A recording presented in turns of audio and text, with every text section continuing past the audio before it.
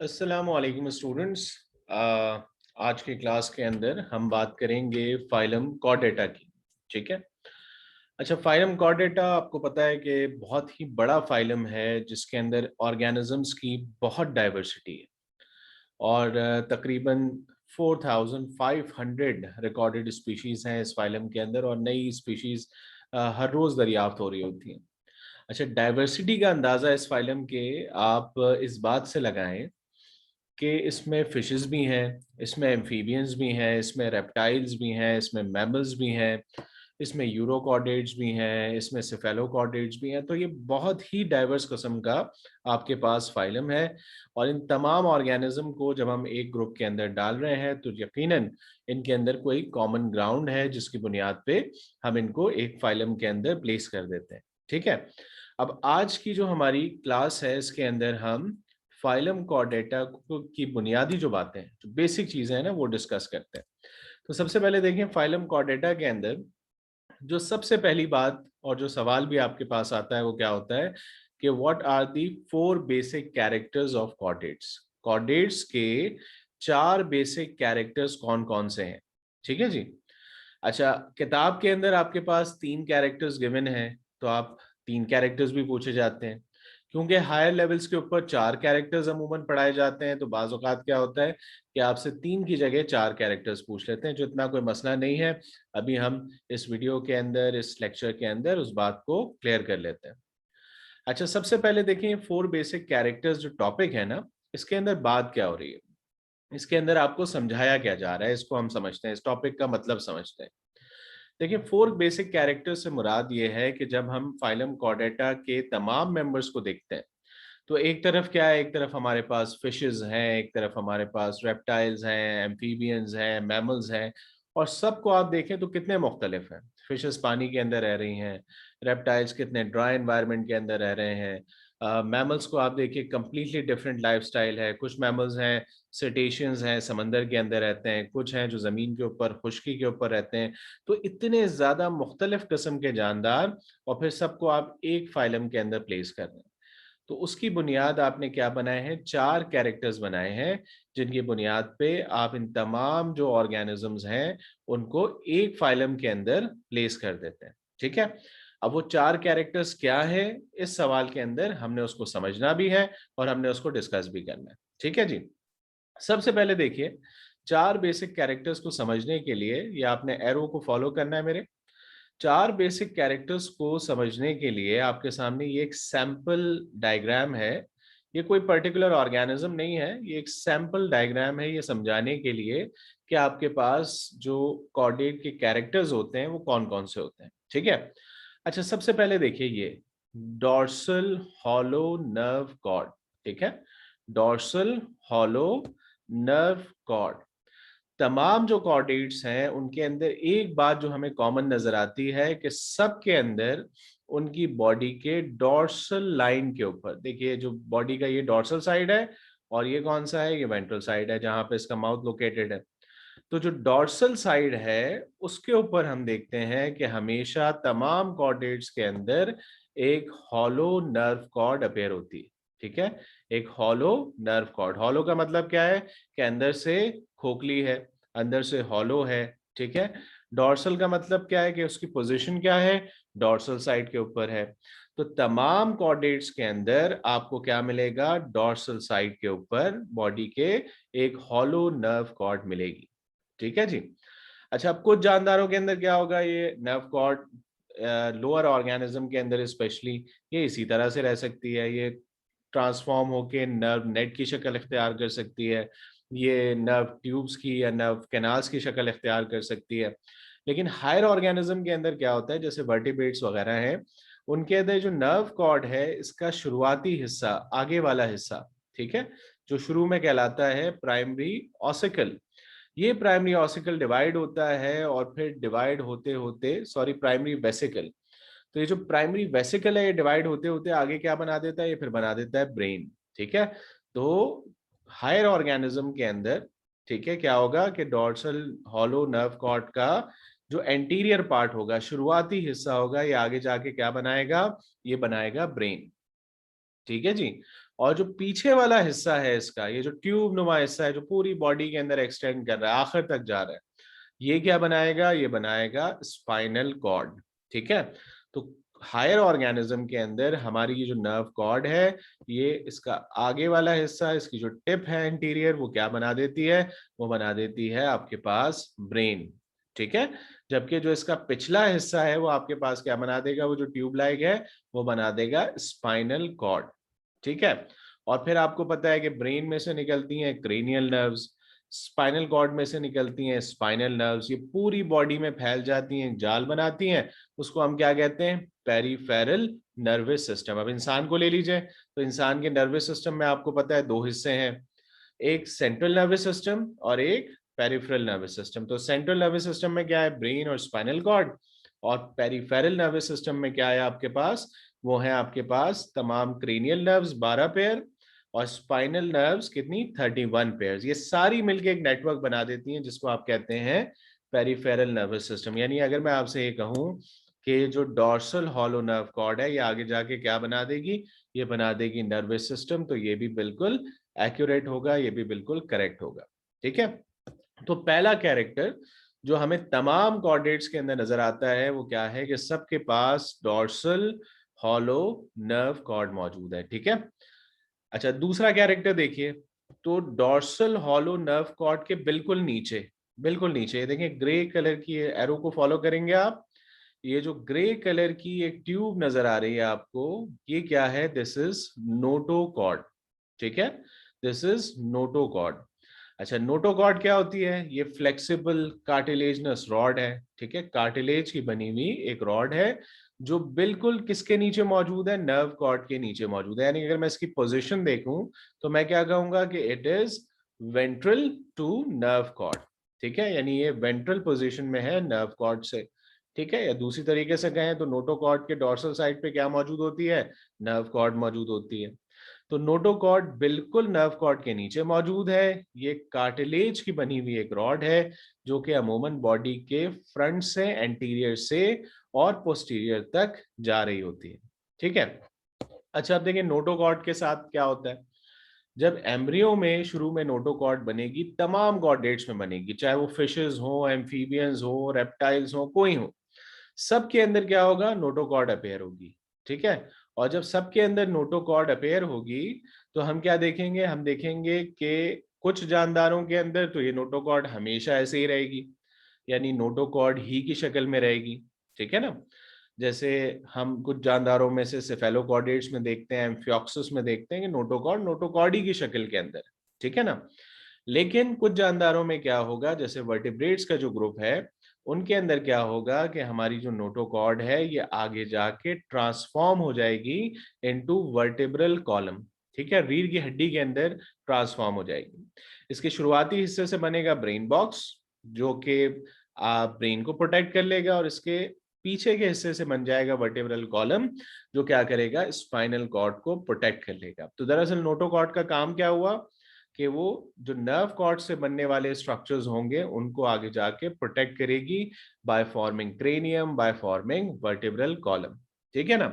तो देखिए nerve cord का क्या काम हो गया कि आगे जाके जानदारों में ये क्या बना रही है, ये बना रही है ब्रेन और स्पाइनल कॉर्ड। ठीक है। नोटोकॉर्ड आगे जाके क्या बना रही है, बना रही है वर्टिब्रल कॉलम और क्रेनियम, यानी ब्रेन बॉक्स। ठीक है। क्रेनियम का क्या काम होता है, वो ब्रेन को प्रोटेक्ट करता है, क्योंकि ब्रेन बहुत नाजुक है ना, बहुत ही जेली लाइक स्ट्रक्चर है, तो उसको प्रोटेक्ट कौन कर रहा है, वो प्रोटेक्ट कर रहा है क्रेनियम। जबकि जो स्पाइनल कॉर्ड है उसको कौन प्रोटेक्ट कर रहा है, उसको प्रोटेक्ट कर रहा है वर्टिब्रल कॉलम। तो नोटोकॉर्ड का मेजर फंक्शन हमें ये नजर आएगा बाद में जाके कि वो क्या कर रही होगी, वो प्रोटेक्शन कर रही होगी उन स्ट्रक्चर्स की जो कि नर्व कॉर्ड से अराइज होंगे। ठीक है जी, ये दूसरा कैरेक्टर हो गया जो तमाम कॉर्डेट्स में हमें कॉमन नजर आता है। अब उसके बाद आ जाए आप तीसरे कैरेक्टर पे। तीसरा कैरेक्टर क्या है, दिस इज फेरेंजियल स्लिट्स। ठीक है, तमाम कॉर्डेट्स के अंदर हमें फेरेंजियल स्लिट्स मिलती हैं। अच्छा, ये फेरेंजियल स्लिट्स क्या है, देखो जैसे हमारा मुंह है, माउथ है ना, माउथ के बाद बकल कैविटी है इंसान के अंदर जिसमें आपके दांत लगे हुए हैं, उसके फ्लोर पे आपकी जो है वो जबान मौजूद है। फिर आपका जो है वो हलक का हिस्सा आ जाता है जिसको हम क्या कहते हैं, फेरिंग्स। अब क्या होता है, आप खाना खाते हैं, दांत उसको चबाते हैं, फिर आप जब निगलते हैं खाने को तो वो कहाँ जाता है, फेरिंग्स में। और फिर फेरिंग्स जो है इंसान के अंदर, वो ट्रैकिया की तरफ भी खुलता है, वो ऑसोफेगस की तरफ भी खुलता है।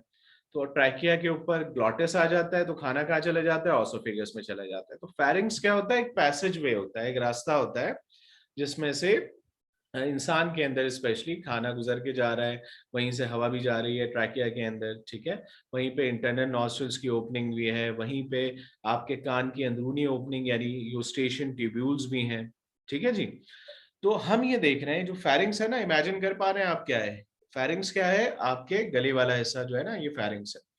अब दूसरे ऑर्गेनिज्म पे भी आप इसी को ऐसे ही अप्लाई कर दें कि जो फेरिंग्स का हिस्सा होता है ना तमाम कॉर्डेट्स के अंदर, तो एम्ब्रियोनिक स्टेजेस में हम देखते हैं कि इनमें कुछ दरारें पड़ जाती हैं, कुछ दरारें पड़ जाती हैं। अब देखो यहाँ डायग्राम में दिखाया हुआ है ना, यहाँ पे डायग्राम में क्या दिखाया हुआ है कि जो फेरिंग्स है उसमें ये दरारें पड़ी हुई हैं, ठीक है। ये ब्रेक हुई हुई है जगह जगह से, उसके ऊपर जो है वो आप समझे ब्रेकिंग लाइंस पड़ी हुई हैं जहां से वो ब्रेक हुई हुई है, ठीक है ना। ये जो फेरेंजियल स्लिट्स हैं, जो हमारे पास टेरेस्ट्रियल कॉर्डेट्स हैं, यानी जो जमीन पे रहने वाले कॉर्डेट्स हैं, क्योंकि उनके अंदर रेस्पिरेशन आगे जाके लंग से होनी है, तो उनके अंदर क्या होता है, ये फेरेंजियल पाउचेस जो हैं, ये फेरेंजियल स्लिट्स जो हैं, ये आगे जाके बंद हो जाती है, ठीक है। तो फेरेंजियल स्लिट्स तमाम कॉर्डेट्स के अंदर एम्ब्रियो में अपेयर होती हैं, लेकिन जो टेरेस्ट्रियल ऑर्गेनिज्म होंगे उनके अंदर ये फेरेंजियल स्लिट्स आगे जाके क्या होंगी, बंद हो जाएंगी, ठीक है। जबकि जो इक्वेटिक ऑर्गेनिज्म होंगे यानी पानी में रहने वाले जानदार होंगे, उनके अंदर क्या होगा कि जो फेरेंजियल स्लिट्स हैं ये आगे जाके तब्दील हो जाएंगी इनटू गिल्स, ठीक है। और आपको पता है ना इक्वेटिक ऑर्गेनिज्म में रेस्पिरेशन कैसे होती है, गिल्स के जरिए होती है। तो ये फेरेंजियल स्लिट्स आगे जाके क्या बना देंगे, ये बना देंगे गिल्स, किनके अंदर, इक्वेटिक ऑर्गेनिज्म के अंदर। जबकि खुश्की में रहने वाले जानदारों के अंदर क्या होगा, ये जो फेरेंजियल स्लिट्स होंगे ये क्या होंगे, ये क्लोज हो जाएंगे, बंद हो जाएंगे, इनका कोई काम नहीं होगा। जबकि इक्वेटिक ऑर्गेनिज्म के अंदर ये तब्दील होके बना देंगे आपके पास गिल्स, ठीक है जी। अच्छा आप देखो चौथा कैरेक्टर जो बाज़-औक़ात कहीं मौजूद है कहीं नहीं मौजूद है, वो आसान सा कैरेक्टर है, वो क्या है, पोस्ट एनाल टेल, ठीक है। एरो देखिए ये पोस्ट एनाल टेल, पोस्ट का मतलब क्या होता है, बाद में, एनाल मींस एनस के, ठीक है, टेल मींस दुम। तो तमाम कॉर्डेट्स के हम अंदर देखते हैं कि उनके एनस के बाद एक पोस्ट एनाल टेल जो है मौजूद है, एक दुम सबके अंदर बन रही है। अब वो दुम कुछ के अंदर पूरी जिंदगी रहेगी, कुछ के अंदर क्या होगा, वो दुम कुछ अरसे रहेगी और फिर खत्म हो जाएगी, ठीक है ना। तो ये क्या है, ये है पोस्ट एनाल टेल, ठीक है जी। पोस्ट एनाल टेल ये तमाम कॉर्डेट्स के अंदर अपेयर होती है। इंसान के अंदर भी आप कुछ जानते हैं, आपको पता भी होगा, नहीं पता तो जान लीजिए कि क्या होता है कि जब एम्ब्रियोनिक स्टेजेस होती हैं, जब इंसान डेवलप हो रहा होता है, गेस्टेशन पीरियड में होता है, तो उस वक्त क्या होता है कि उसके पास दुम होती है। लेकिन पैदाइश से पहले एपोप्टोसिस का सिलसिला शुरू होता है, प्रोग्रेसिव सेल डिटेरियोरेशन का प्रोसेस शुरू होता है, जिसकी वजह से क्या होता है, उसकी दुम झड़ जाती है और जब इंसान पैदा होता है तो उसके पास कोई दुम नहीं होती। फिर भी हजारों में ऐसे बच्चे एक हो सकते हैं जिनके पास दुम के साथ पैदा हो जाएं, ठीक है, और फिर उनकी सर्जिकली दुम को रिमूव भी किया जा सकता है। तो ये जो है वो हमारे पास चौथा कैरेक्टर है, पोस्ट एनाल टेल। अब देखें जो हमने कैरेक्टर्स डिस्कस किए हैं, अब इनको जरा सा इलेबोरेट करते हैं और देखते हैं कि इसके अंदर हमने क्या बातें की। देखिए पहला जो कॉर्डेट कैरेक्टर हमने डिस्कस किया वो क्या था, dorsal hollow tubular nerve cord. तमाम कॉर्डेट्स के पास डॉर्सल साइड पे एक खोखली, एक हॉलो ट्यूबुलर स्ट्रक्चर है जिसका नाम क्या है, नर्व कॉर्ड, ठीक है। अब देखें यहाँ पे हमारे पास पहला पॉइंट क्या है, in all chordates a hollow tubular fluid filled nerve cord always develops in the mid dorsal line. तमाम कॉर्डेट्स के अंदर एक hollow tubular fluid filled nerve cord हमेशा डेवलप होती है, कहां पे, मिड डॉर्सल लाइन के ऊपर, ठीक है ना। अच्छा हॉलो डिस्कस हो गया था कि खोखली होती है अंदर से, ट्यूबुलर यानी ट्यूब जैसी होती है जो आपकी नर्व कॉर्ड है। तीसरी बात फ्लूइड फिल्ड होती है, यानी इसके अंदर एक लिक्विड मौजूद होता है। अच्छा अगर आप इंसान के थोड़ा सा नर्वस सिस्टम को जानते हो तो आपको पता है ना, इंसान के जो ब्रेन है उसके अंदर भी छोटे छोटे चैम्बर्स हैं जिनको आप वेंट्रिकल्स कहते हैं ना, हॉलो स्पेसेस हैं। इसी तरह इंसान की जो स्पाइनल कॉर्ड है उसके अंदर भी हॉलो स्पेस है जिसको सेंट्रल कैनाल कहते हैं। दोनों के अंदर एक लिक्विड भरा हुआ है, फ्लूइड फिल्ड है दोनों, और उस लिक्विड का नाम क्या है? Cerebro spinal fluid. Cerebro spinal fluid, CSF। ठीक है ना? तो ये बड़ी अच्छी आपके पास ये बात आ गई कि जो हमारे पास नर्व कॉर्ड है वो कैसी होती है? फ्लूइड फिल्ड भी होती है। जैसे इंसान के अंदर हमारी जो ब्रेन और स्पाइनल कॉर्ड है, अंदर से जो हॉलो है उसमें क्या भरा हुआ है? एक फ्लूइड भरा हुआ है जिसका नाम क्या है? Cerebro spinal fluid. दूसरा पॉइंट देखिए, in craniata it becomes differentiated into brain and spinal cord. अब ये जो क्रैनिएटा ग्रुप है, क्रैनिएटा किन जानदारों को कहते हैं? जिनके अंदर जो उनका ब्रेन है, दिमाग है, उसके ऊपर खोपड़ी मौजूद है, ब्रेन बॉक्स मौजूद है, क्रेनियम मौजूद है, तो उनको हम क्या कहते हैं? क्रेनिएटा। जिसमें आपके ये तमाम फिशेस, रेप्टाइल्स, बर्ड्स, मैमल्स तमाम आ जाते हैं क्रेनिएटा, जिनके पास क्या है? क्रेनियम है, ब्रेन बॉक्स है, स्कल है, जिसके अंदर उनका ब्रेन प्रोटेक्टेड है। इसको आगे के लेक्चर्स में हम डिस्कस करेंगे। तो क्रेनिएटा जो है इनको हम डिफरेंशिएट, इसके अंदर क्या होता है क्रेनिएटा के अंदर? कि जो नर्व कॉर्ड है वो आगे जाके क्या बना देती है? ब्रेन और स्पाइनल कॉर्ड, जो हमने डिस्कस किया था। और फिर ब्रेन और स्पाइनल कॉर्ड से नर्व्स निकलती हैं, पूरी बॉडी में फैलती हैं, पेरिफेरल नर्वस सिस्टम बनाती हैं और बॉडी के हर पार्ट को कनेक्ट करती हैं ब्रेन और स्पाइनल कॉर्ड के साथ। ठीक है जी, ये हमारा पहला पॉइंट हो गया। दूसरा पॉइंट क्या है? दूसरा कैरेक्टर क्या है? वो है नोटोकॉर्ड। ठीक है, नोटोकॉर्ड के बारे में मैंने बताया कि ये क्या होती है? Flexible cartilaginous skeletal rod. ठीक है, कार्टिलेज की बनी हुई एक स्केलेटल रॉड है। कार्टिलेज क्या होता है? जैसे ये आपका कान जो है, अगर आप उसको देखें तो ये किससे बना हुआ है? कार्टिलेज से बना हुआ है, कुर्री हड्डी इसको कहते हैं ना। तो कार्टिलेज, कुर्री हड्डी से बनी हुई ये आपकी नोटोकॉर्ड है। Formed in the embryo of all chordates, ये तमाम जो है वो कॉर्डेट्स के एम्ब्रियो के अंदर फॉर्म होगी। It is located dorsal to the gut. ठीक है, इसकी लोकेशन क्या है? कि ये डॉर्सल साइड पे मौजूद है गट के, और ventral to the nerve cord, यानी बिल्कुल नर्व कॉर्ड के नीचे मौजूद है।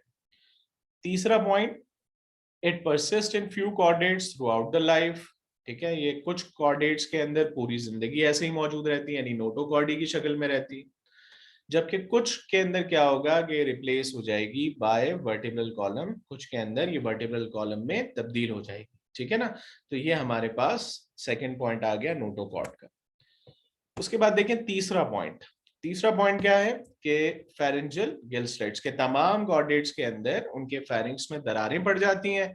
ठीक है, और उन दरारों को हम क्या कहते हैं? Pharyngeal gill slits. हमने डिस्कस किया कि इक्वेटिक के अंदर, इक्वेटिक जानदारों में क्या होगा? ये जो गिल स्लिट्स हैं ये तब्दील हो जाएंगे गिल्स में, जबकि टेरेस्ट्रियल जानदारों में ये बंद हो जाएंगे और उनके अंदर लंग्स के जरिए से रिस्पायरेशन हो रही होगी। ठीक है, अब देखो पहला पॉइंट देखिए इसके अंदर, इन all chordates walls of pharynx becomes perforated. तमाम कॉर्डेट्स के अंदर जो दीवारें हैं फेरिंग्स की, ठीक है, वो परफोरेटेड हो जाती हैं, उनमें सुराख हो जाते हैं, स्लिट्स हो जाते हैं, दरारें पड़ जाती हैं। ठीक है, दूसरा पॉइंट क्या है? In aquatic animals these pharyngeal slits develops into gills. Aquatic जानदारों में फेरेंजियल स्लिट्स डेवलप किस में कर गए? गिल्स में। जबकि whereas in terrestrial form they close and disappear, जबकि टेरेस्ट्रियल फॉर्म्स के अंदर ये बंद हुए और फिर गायब हो गए, जो फेरेंजियल गिल स्लिट्स थे। ठीक है जी, तो ये तीसरा पॉइंट हो गया हमारा। उसके बाद आ जाए चौथे पॉइंट पे। चौथा पॉइंट क्या है? Post anal tail. तमाम कॉर्डेट्स के अंदर हम कहते हैं पोस्ट एनाल टेल डेवलप होती है। क्या पॉइंट है? all chordates have a post anal tail at some stage of their life। तमाम chordates के पास एक post anal tail है किसी ना किसी स्टेज ऑफ लाइफ के ऊपर, which may persist throughout life, जो हो सकता है पूरी जिंदगी मौजूद रहे और हो सकता है कि आगे जाके मुकम्मल तौर पे डिसअपेयर हो जाए, मुकम्मल तौर पे खत्म हो जाए। ठीक है, तो ये हमने 4 कॉर्डेट कैरेक्टर्स डिस्कस कर लिए। कौन कौन से थे? नंबर 1 था हमारे पास dorsal hollow tubular nerve cord. ठीक है, डॉर्सल साइड पे होती है, अंदर से हॉलो होती है, आगे जाके हायर एनिमल्स में ये ब्रेन और स्पाइनल कॉर्ड बना देती है। दूसरा कैरेक्टर नोटोकॉर्ड, ये फ्लेक्सिबल कार्टिलेजनस रॉड है जो आगे जाके ब्रेन और वो जो क्रेनियम है, ब्रेन बॉक्स है और वर्टिब्रल कॉलम है, ये क्रिएट कर देती है। फिर फेरेंजियल पाउचेस, ये क्या है? दरारें हैं जो कि फेरिंग्स की दीवार में पड़ जाती हैं। एक्वेटिक जानदारों के अंदर ये आगे जाके बना देंगी गिल्स, जबकि टेरेस्ट्रियल ऑर्गेनिज्म में ये बंद हो जाएंगी, इनका कोई काम नहीं रहेगा। चौथा कैरेक्टर क्या है, पोस्टनाल टेल, यानी तमाम कॉर्डेट्स के पास दुम जरूर होगी, जो हो सकता है कि खत्म हो जाए जैसे इंसान के अंदर हो जाती है, या फिर हो सकता है कि हमेशा ये मौजूद रहे। ठीक है जी। तो ये हमारे पास 4 बेसिक कैरेक्टर्स ऑफ कॉर्डेट्स हो गए। इसके आगे अब हमारे पास और आएंगे, क्लासिफिकेशन ऑफ कॉर्डेट्स आएंगी, जो हम नेक्स्ट जो हमारी क्लास होगी उसके अंदर हम डिस्कस करेंगे। जो भी आपके क्वेश्चंस हैं इस टॉपिक से रिलेटेड, वो आप कमेंट सेक्शन में डाल सकते हैं, मैं उनको आंसर करने की आपके लिए कोशिश करूंगा। ठीक है जी। आज की क्लास के लिए हम यहीं पर अख्ताम करते हैं।